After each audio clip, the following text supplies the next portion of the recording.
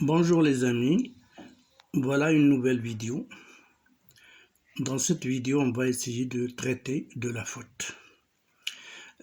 Pour cette vidéo, il aura au moins le mérite de vous apporter, si ou au moins vous rappeler un certain nombre de connaissances que vous avez déjà eu l'occasion d'acquérir.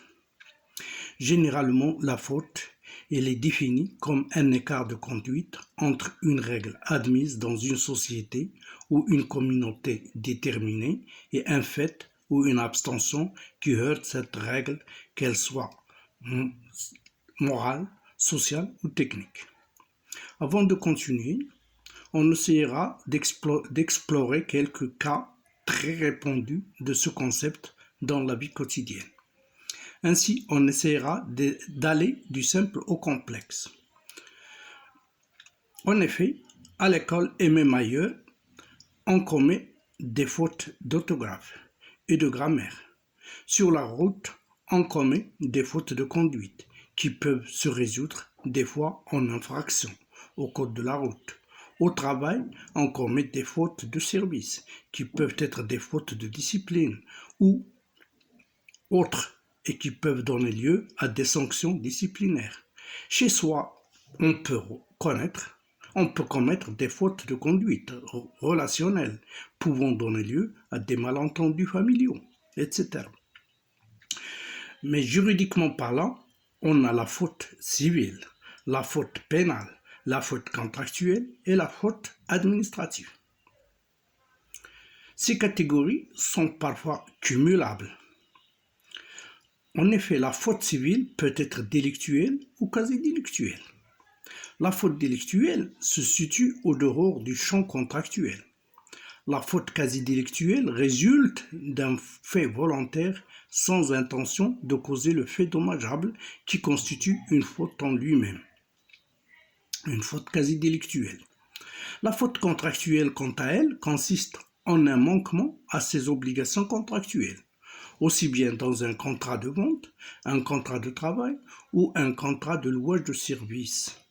Et il se résout par le dédommagement de la partie qui s'estime lésée par la partie qui a manqué à ses obligations contractuelles. Et ce, selon les termes du contrat ou en accord amiable entre les parties ou le cas échéant en soumettant le litige aux juridictions compétentes, soit directement, soit par le biais de son représentant.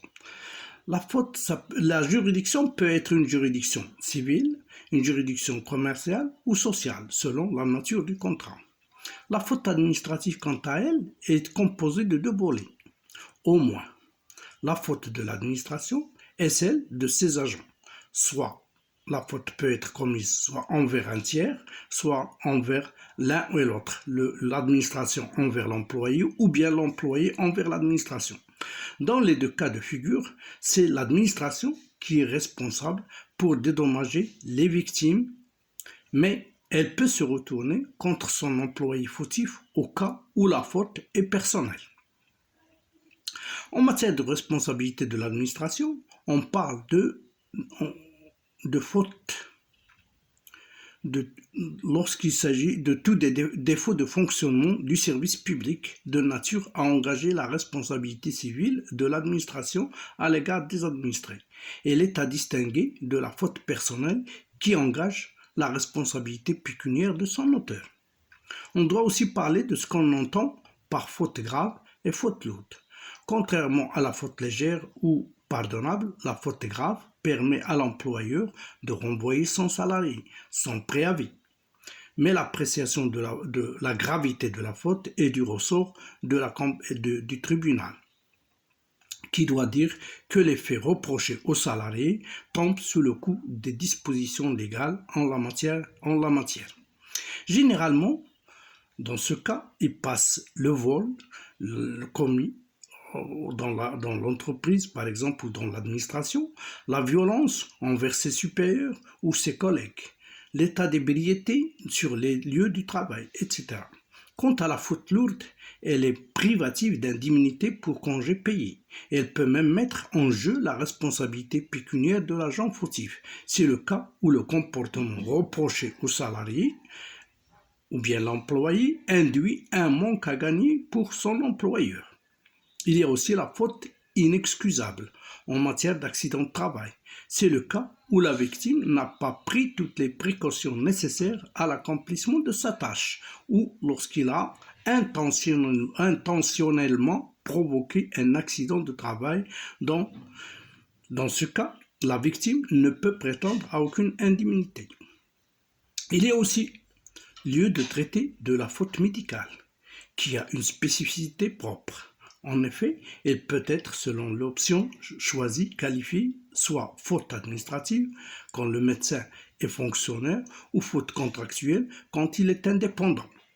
Le juge pour statuer a besoin de l'avis de deux ou des experts pour dire que le praticien a commis une faute ainsi que pour qualifier cette faute et déterminer sa gravité. Dans ce sens, il y a lieu de rappeler que le médecin n'est tenu que par une obligation de moyens.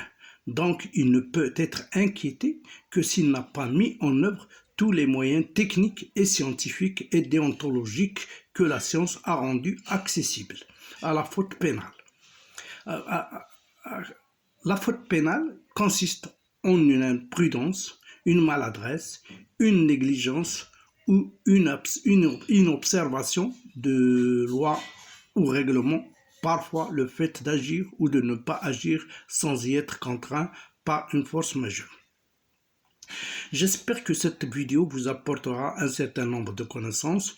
J'espère que vous allez l'entendre jusqu'à sa fin et de la liker s'il vous a plu et de la partager avec vos amis. Merci pour votre attention.